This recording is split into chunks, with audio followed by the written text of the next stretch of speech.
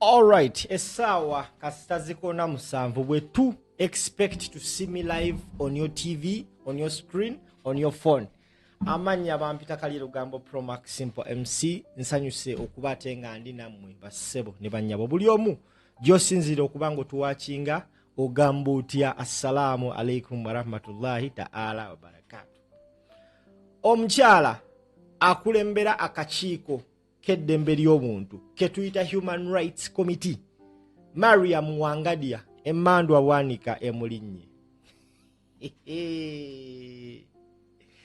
Mariama Wangadya akulembera akakiiko k'ebyobulamu ke bayita Human Rights Committee eyalondebwa Yoweri Kaguta Museveni.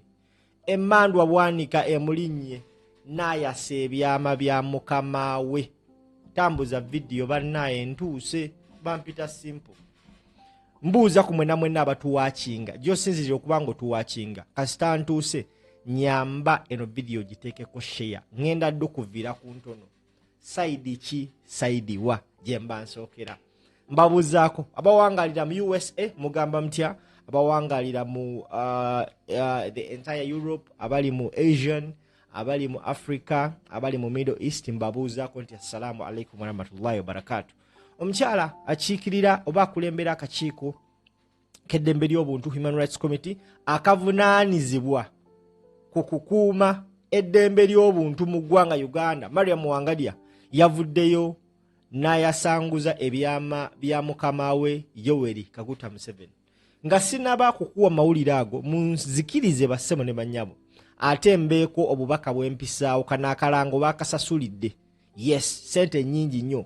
Mukadde wange Thomas Kagezi awangalirawo UK akedde ku makya mukadde wange ono tanneegayirirangako kakyangambawo mu bulamu wabula akedde kuntekerako message nga ngamba mutabani sikwegayirirangako mu bulamu naye leero nkwegayiridde nyamba obubaka buno obumpisizeewo. Ategeeza Uganda mwenna abawangalira mu UK nti waliyo peaceful demonstration.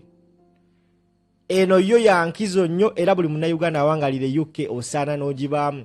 Bakutegeeza nti ennaku z'omwezi nga 11 omwezi ogwa July, that is next week, mutegeezebwa egenda ba Saturday nti wagenda kuba peaceful demonstration. This time round enate yanjawulo era buli munnayuganda buli munnankyukakyuka awangalire UK nammwe abali mu Europe abasobola okulinnya ennyonyi ne mugendayo mwetaagisa okubeerawo in person. Egenda kubeera ku the Royal Military Academy Sandhurst Kambale Sare yeyo tayiti sijja kuli. Of course ennaku z'omwezi nga 11 mutegeezebwa okubaawo. Lwaki omuntu yeetaaga okuba mweno demonstration?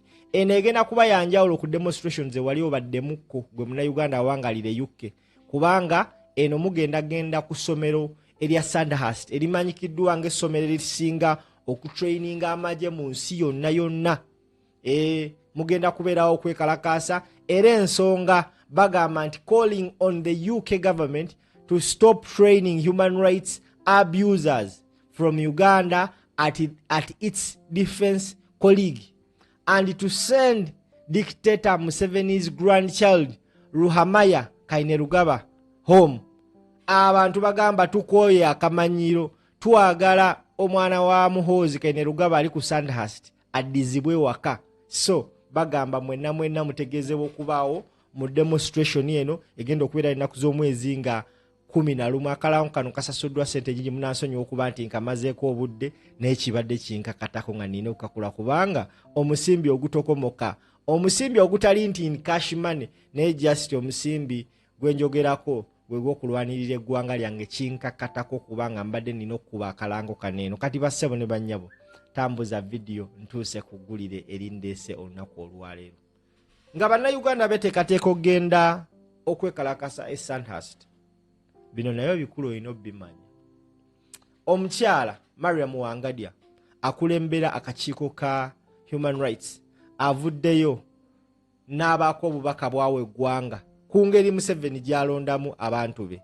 Njagala osooka owuliriza obubaka buno then tukomewo twongere okutambuza ensonga eno. Bampita Simple, tambuza video. Naye nina okwemulugunya ku pulezidenti wange omulungi nti aza atulaga nti ekitongole kino takisaamu kitiibwa.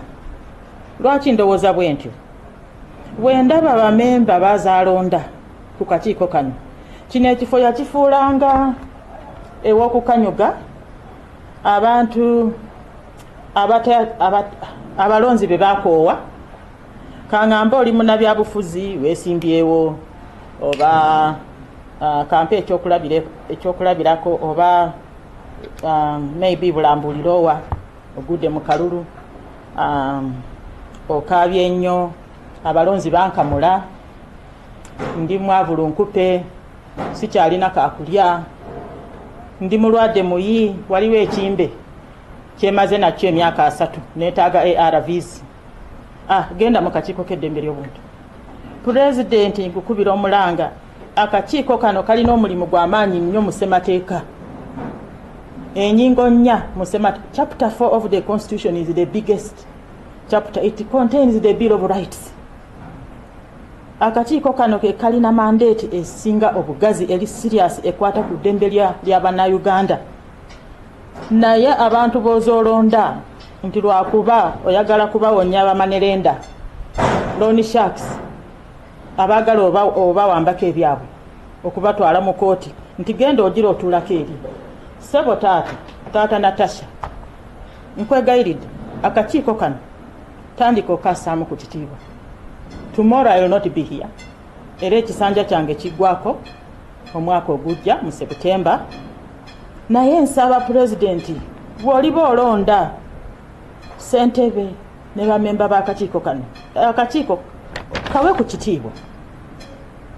Naye n'ojja okanyuga wano abantu abatalina credibility obasuubira kukola ki? Era bino byennyini bye tulaba bino just kulwanyisa bakama baabo. Tebalina mugaso gwe baali bongedde ku mirimu gy'akakiiko kano. Omulimu ogwabwe kutuuza meetings obufofofo kutambula mumwe abamawulire ngenzeeko mu ofiisi ya minisita wa justice. Ani ajja okuntwalako ewa maama Janet Museveni. Ntuuse ntya ewa CDF bakwate omuntu ono wuuyo kantukeko ewa Genosale. Wangadya ono bamukwata ddi atwalibwe mu kooti. Bw'obanga ebisaanyizo byokka gwe pulezidenti by'otunuulira okulonda bakomishona ku kakiiko k'eddembe ly'obuntu kubawonya bwavu, kubasobozesa kufuna ARVs ez'omulembe eziriko, bwe kibanga kyekyo ekisaanyizo kyokka ky'ogoberera, bino byennyini ebigenda mu maaso tebikwewunyisa. Naye nandisabye akakiiko akaliddako, be very careful, show some respect to the Uganda Human Rights Commission. Tambuza video bane tubadde lumpiseeko. Akategedde givuge okusinziira ku Mariama Wangadya akulembera akakiiko k'eddembe ly'obuntu mu ggwanga Uganda. Avudde n'agamba nti alina okwemulugunya bannaye nzijukiza abawangalirawo e UK ennaku z'omwezi nga 11 waliyo peaceful demonstration ku Sandhurst, essomero Muhoozi Kene Rugaba gye yasomera ne mutabani we gyali right now. Bannayuganda bagamba tugenda kwekalakaasa twagala mutabani wa ddizibwe Uganda. Egenda beera big milestone singa mukikola bannayuganda bawangalire UK. So ennaku z'omwezi nga 11 Saturday jja ngenda kubasibako akalanga kwano mpaka ku makya. Nawo Wangadya agambye nti alina okwemulugunya mu ngeri Museveni gy'alondamu abantu abatuula ku kakiiko k'eddembe ly'obuntu. Human Rights Commission eina ba commissioners era ba commissioners bano nga chairperson waabwe ye Mariama Fawzati Wangadya. Kuliko ba commissioner okuli Shifra Lukwago, kuliko Omara Apita Lamek, kuliko Kano retired Stephen Mwesige Basaliza, kuliko Crispin Kugiza Kaheru, kuliko ne Jacqueline Atuhaire. Lwabukurukuru bebo ba commissioner abali kakiika ako. Okusinzira ku Mariama Wangadya agamba nti mwennyamivu nnyo nti Museveni akakiiko kaneeno abantu balonda bebo abagwa mu kalulu abayina amabanja, abantu balonda ku kakiiko kano bebo abayina ekirwadde kya siriimu nga banoonya ssente zaggula ddagala eribawonya siriimu. Bannange bino ebigambo nkiddamu si byange, abyogedde ye Mariama Wangadya. Ategeezezza eggwanga nti Museveni akozesa obuyinza obumuweebwa ssemateeka okulonda abantu ye basanze mu kakiiko k'eddembe ly'obuntu. Ekitegeeza nti buli muntu gwalonda aba alina kyamuyamba nti ono aba agudde mu kalulu, wabanga afuuse political failure. First and foremost, omukyala Shifra Lukwago fena tumumanyi. Shifra Lukwago has been a political failure ever since bamuwa ekifo y'omu ku ba commissioners ba Human Rights Commission. Kati gwe sebo banya bandaba mu statement ya Wangadya nga bw'ogiwulidde, njagala ombuulire ddala just njagala nga toli biased. Sagala nti olw'okuba nti nze mpagira nkyukakyuka, njagala okozesa amazima. How do you expect the 5 commissioners abatula kakiiko ako okusala emisango gy'okutyobola kw'eddembe nga mituufu mu bwenkanya nga abawadde omulimu ate yali mu musango? Osuubira kiki ky'osuubira? Gw'osuubira nti Shifra Lukwago abadde talina mulimu eyagwa political failure, bangambe kuliko n'abalwadde ba siriimu nga badde tebalina ddagala lya siriimu? Bibadde bigambo bya Wangadya banaye, si bigambo byange, temubinteekako.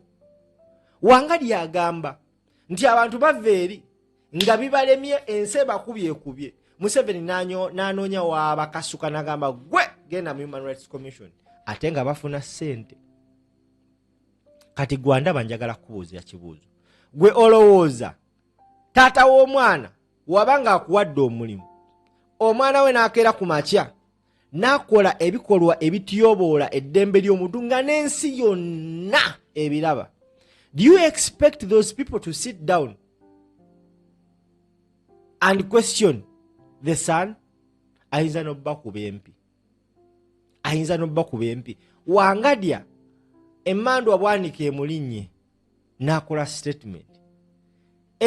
Oli aŋŋambe nti simpa ka diversion. Yes, kisoboka okuba nga diversion, naye ate tekijjawo the fact nti eggwanga litegedde nti abantu abali kakiiko ako, ekisooka abasajja bano basooka ne batutega enkolobe. We baali bakola ssemateeka bawa Yoweri Kaguta Museveni obuyinza bungi nnyo nti yalina okulonda akulira amagye, nti yalina okulonda akulira poliisi, nti yalina okulonda akulira akakiiko k'ebyokulonda, nti yalina okulonda akulira akakiiko k'eddembe ly'obuntu. Ebyo ebifo byonna bina amagye, poliisi, akakiiko k'ebyokulonda n'ak'eddembe ly'obuntu. Amagye gagenda kujja gakuba abantu gabatulugunye, poliisi nga tesobola gakwata, owulira, akakiiko k'eddembe ly'omuntu nga tekalina kye kasobola kwogera. Muzze nga mulaba Wangadya ebigambo byayogera nga byonna byayogera biringanga ebigambo ebimuweereddwa nti leero ogenda kwogera kino bwekiti ne bwekiti. Can you imagine?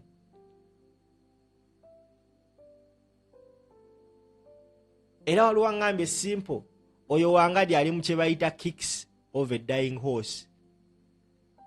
Essaawa yonna avaako, aliyagala kati kutandika kwetereeza mu bantu. Ensi emulinze, abaana b'abantu baggiddwamu enjala.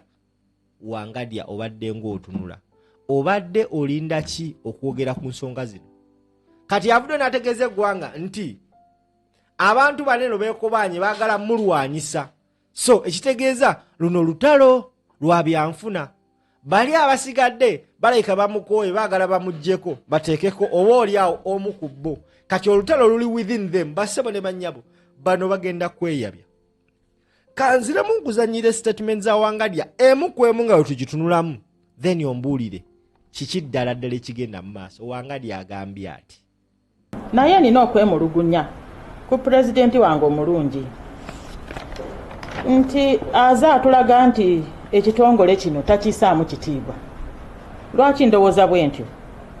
Bwe ndaba bamemba bazaalonda ku kakiiko kano, kino ekifo yakifuulanga ew'okukanyuga abantu abalonzi be bakoowa.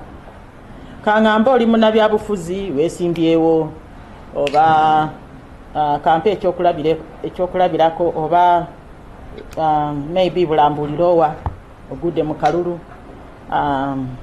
okaabye ennyo abalonzi bankamula ndi mwavulu nkupe sikyalina kakulya ndi mulwadde muyi waliwo ekimbe kyemaze nakyo emyaka 3 neetaaga ARVs. Statement ya sirimu mu video eno Wangadya agikozesezza emirundi 3 nga kino kitegeeza kirabika omu ku ba commissioners, mpuliriza bulungi, omu ku ba commissioners kuliko omu ku bo ng'alina ekirwadde kya sirimu gwe twandiise Mukenenya.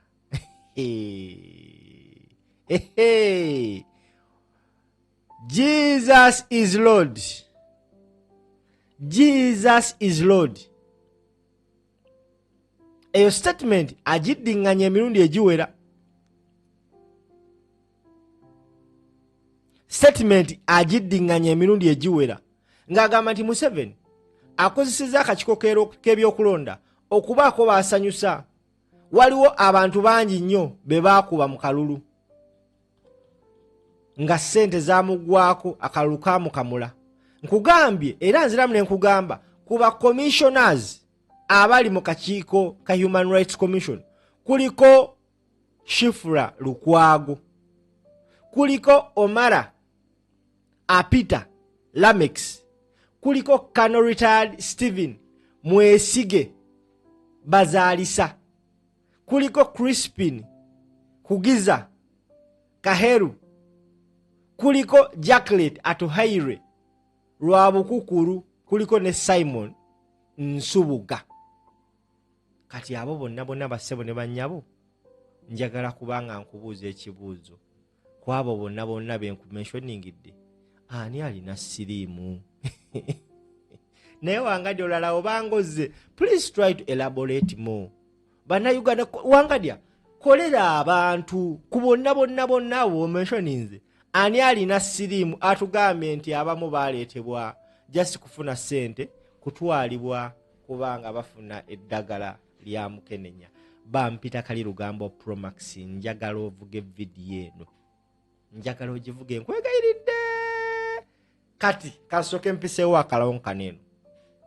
Ennaku z'omwezi nga 11 omwezi guno gwe tulimu, as in next week egenda bba Saturday, mukadde wange Kagezi Thomas awangalira UK, y'omu ku bantu bemmanyi ababadde nga mukwekalakasa mu ggwanga Uganda UK. Antumye mbagambe nti buli munnayuganda buli kisi okimanyi nti oli munnayuganda owangalira UK kikukakatako ennaku z'omwezi nga 11 okubeegattako. Kikukakatako ennaku z'omwezi nga 11 kubeegattako. Ngenda kukiddamu. Mukadde wange Thomas Kagezi awangalira UK akedde ku makya n'aŋŋamba mutabani sikwegayirirangako kakyaŋŋambaawo, naye leero nkwegayiridde buno obubaka butuuse eri eggwanga. Ennaku z'omwezi nga 11 omwezi ogwa July guno azini Saturday jja bayita buli munnayuganda awangalire UK naawe asobola ali ewala olinnya ennyonyo beegattako nti kwolwo olunaku bagenda kulinnya bagende ku the Royal Military Academy Sandhurst okwekalakaasa. Baagala gavumenti ya UK erekeraawo okusponsalinga okutugumbulwa kw'abantu. On top of that, baagala mutabani wa Muhoozi Kainerugaba muzzukulu wa Yoweri Kaguta Museveni akomezebwewo Uganda, mutabani we ali Sandhurst gye bamutrainingira amaje. Nga taata bwe yasooka, kati bannayuganda bagamba twagala twewonye ekizibu ekirala. Wabanga Museveni yakwata mutabani we n'amutwala ku Sandhurst, yatufukidde ekizibu. Ate ne mutabani we akutte mutabani we amutute ku Sandhurst, ate n'omuzzukulu ayinza okufuuka ekizibu. Yessaawa tukyeliminating nga bukyali. Kekalanga kano kenkubye. Akalango kano tekasasuddwa, naye oyinza olowooza kasasuddwa ssente nnyingi kuba kinkakatako. Tambuza video. Bampita kali lugambo Promax, Simple MC. back to the point. Mariama Wangadya emmandwa bwanika emukutte n'ayasanguza ebyaama bya mukamaawe. Kati kye neebuuza, olowooza Wangadya taalabe ku basement? Okusinziira ku bigambo Wangadya byayogedde bassebo ne bannyabo, tuyinza obbiraba ng'ebyolusaago-saago, naye ebigambo bikulu. Kino first and foremost kiraga nti Museveni akozesa obuyinza obumuwe wa ssemateeka okumala ga appointinga muntu gwasanze, omuntu amujja eri ng'alina ennyonta, abadde alina amabanja, n'amuwa ekitegeeza nti okusinziira ku ssemateeka y'eggwanga Uganda aba amuwadde omulimu nvo ky'okukolera eggwanga Uganda aba agenda kukolera Museveni. Oyinza okuba ebigambo bya Wangadya eyakajja obadde tonnabiwulira. Wangadya ayogedde bw'ati.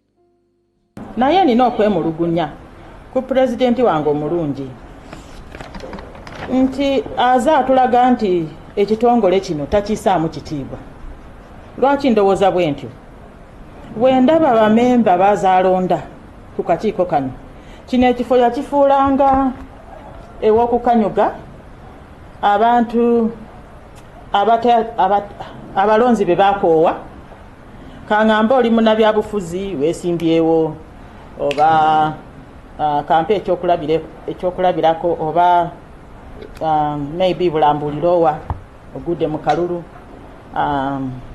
okaabye ennyo, abalonzi bankamula, ndi mwavulu nkupe, sikyalina kakulya, ndi mulwadde muyi, waliwo ekimbe kyemaze nakyo emyaka 3 neetaaga ARVs. Genda mu kakiiko k'eddembe ly'obuntu.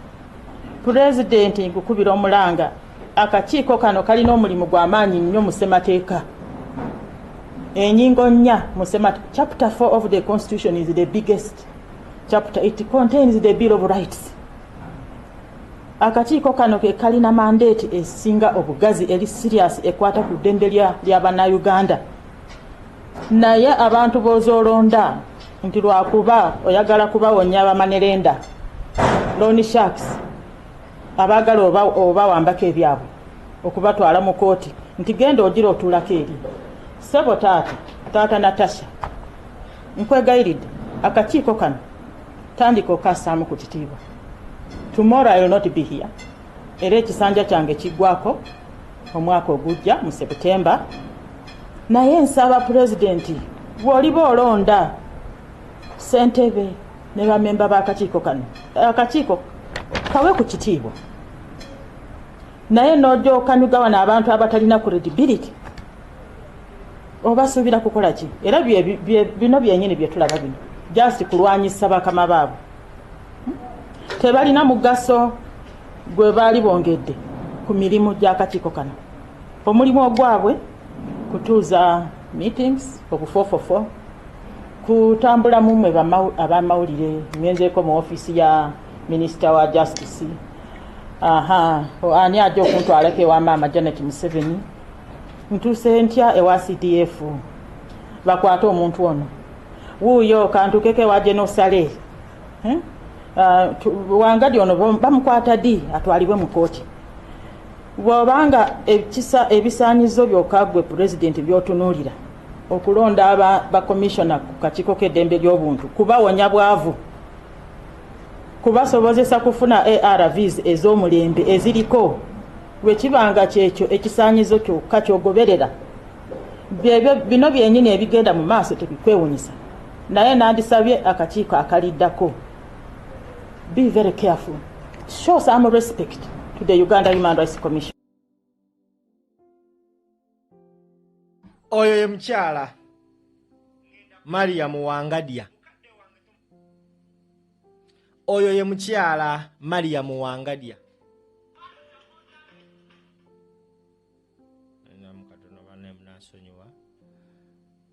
Ebigambo byayogedde ndowooza gwe munnayuganda ndaba obirabye. Now, we yakoze statement eyo, Wangadya yalowoozezza nti egenda kuba just oba a light statement. Naye okuva lwe yagikoze, it has piqued interest mu bannayuganda okuva ebule n'ebweya. ekimu ku biraga nti Wangadya yakoze ekintu ng'alowooza kigenda bba kitono, ekintu ki escalatinze, ensi n'emmanya nti bana ekisooka bantu bangi bali tebamanyi abo bakomishona balondebwa batya, era ndi wano okutegeeza okusinziira ku maanyi agawe ba Museveni ssemateeka gwe baakola owa 1995 the 1995 constitution. Museveni yaweebwa ssemateeka amuwa amaanyi okwapointinga abantu ng'abo, era yalonda ndi Museveni wabazizza omusango oba wabanga atyobodde eddembe ly'omuntu, omuntu gw'alonda yalina omukushoninga.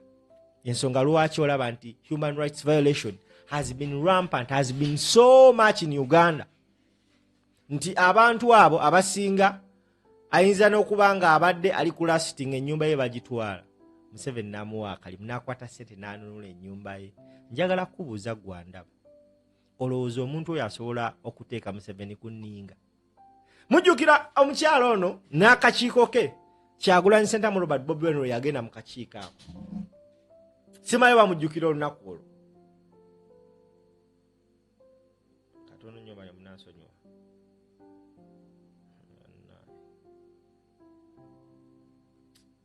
Ero nina vidiyo ya muto wange naye maama nezigenda okumutwalira kakokozi kyambuzi. Oba waliyo omugagge akinkolere, waliyo omugagge yayinza okinkolera bannaye.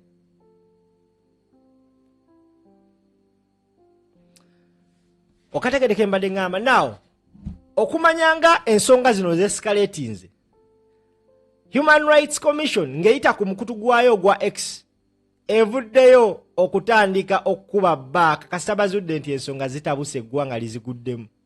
Bakoze post ku mukutu gwabwe gwa X just a few minutes ago. Njagala owulirize. Bano abantu sometimes balowooza tuli basiru tetutegeera. Bagambye context. We have noticed a widely circulating video on social media which was selectively edited to create a distable framing of the issues our chairperson was addressing. Embwa zigamba nti eno video mubaji editinze okubaako n'ensonga ze bayisaawo ezitali ntuufu. The interview held yesterday with the BBS was meant to clarify that the corrupt MPs that the President, His Excellency Kaguta Museveni, forgave recently after our chairperson recorded them soliciting for bribes had turned around to fund a section of members of the commission to travel falsehood against her on a daily basis. Like seriously. Kwegamba oba n'abantu bubaluza tuli basiru. Ugandans know an edited video. Woolaba video Wangadya ebigambo byayogedde. Bana tetuli basiru ate temutusiruwaza. Temutusiruwaza. Wangadya umanyi batugamba nti mu Buganda waliwo emandwa bagiyita bwanika. Nti kasite kulinnya weekanga oyogedde oyasiza ebyaama. Bannaye bataata bamaama aba Electoral Commission aba Human Rights Commission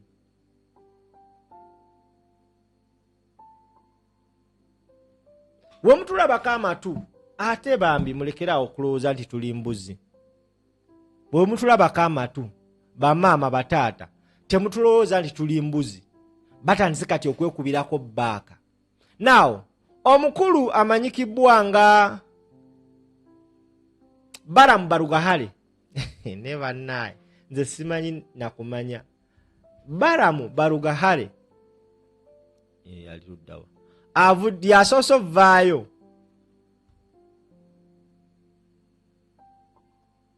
namukatono nnyo. Baramu Barugahale anna yaliwa.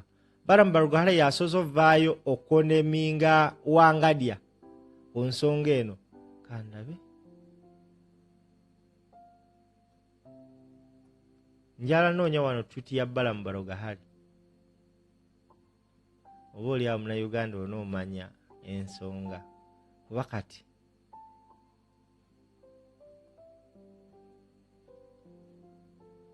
anyway embuze naye Balo wa Gahale mu bigambo bye avuddeyo n'anenya Wangadya okuvaayo okwadressinga issue zino era nga yagamba ensonga zino wandibadde ng'oyina proper channel oba right channels mw'olina oyisa ensonga zino oba tolina vaayo mawulire kwogera such statements.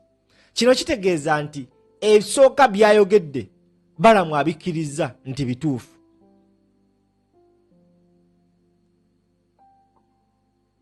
Abikkiriza nti bituufu ekisooka, that is an acknowledgement. Akkiriza nti Balamu byayogedde bituufu.